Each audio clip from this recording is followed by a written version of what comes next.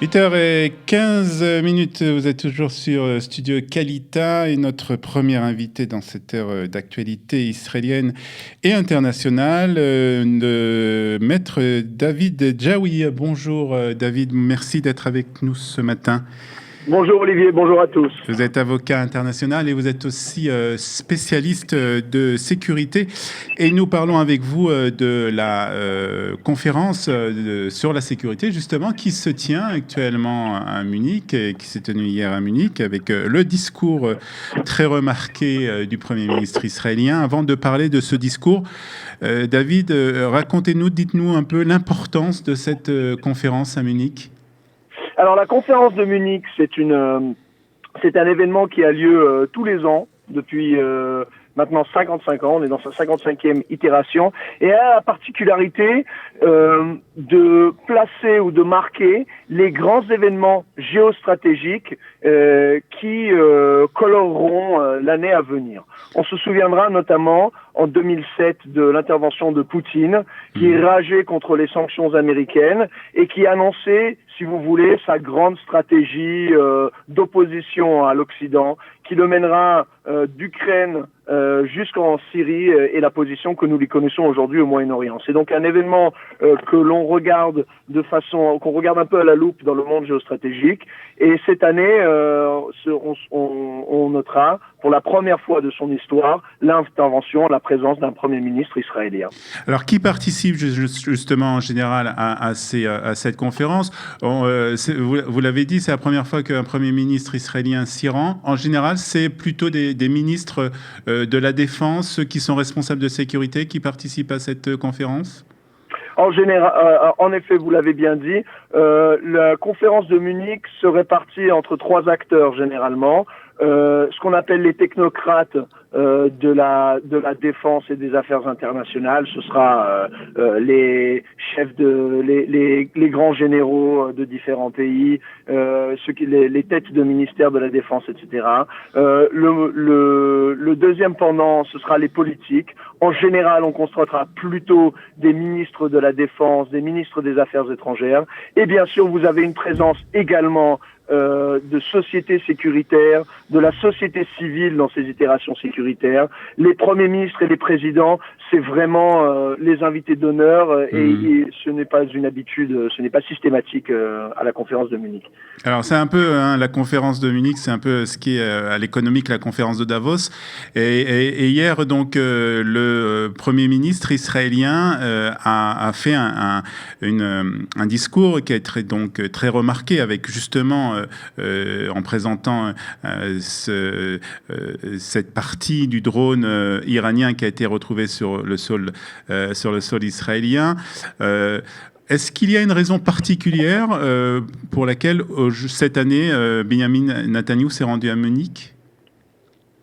C'est une question qu'il faudrait demander aux organisateurs, dans la mesure où la façon dont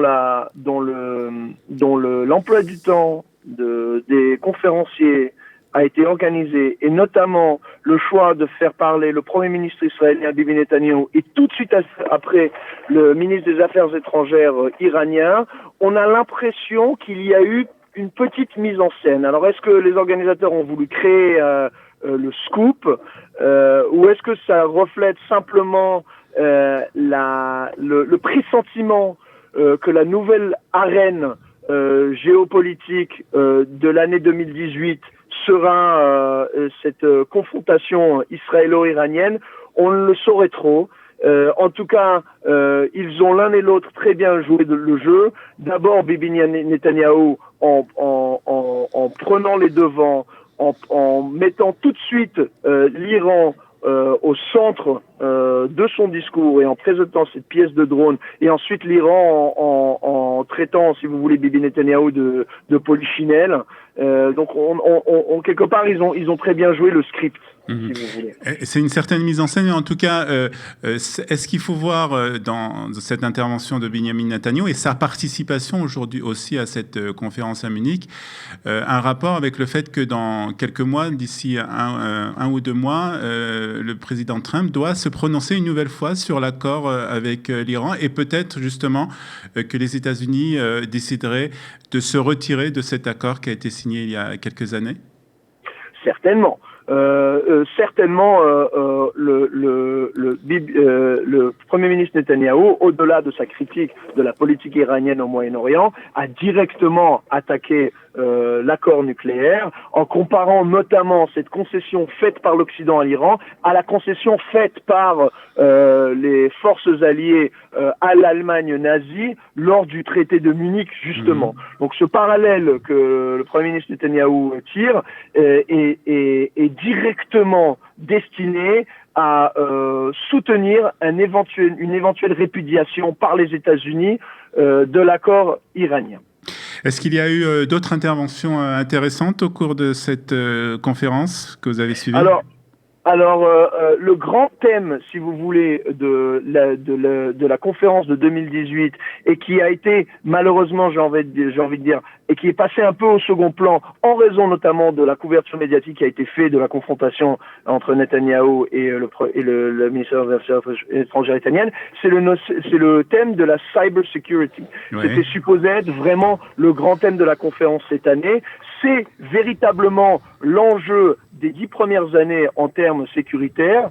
Et ce que l'on remarquera, c'est que les initiatives d'accord international sur la défense cyber et Internet qui ont commencé durant ces 2-3 dernières années ont été balayées de côté et on a vu une concentration de l'ensemble des pays occidentaux, États-Unis, Grande-Bretagne, France, etc., pour condamner les activités russes, notamment les différentes attaques malware qui ont eu lieu ces dernières années et l'intervention dans les élections américaines, etc.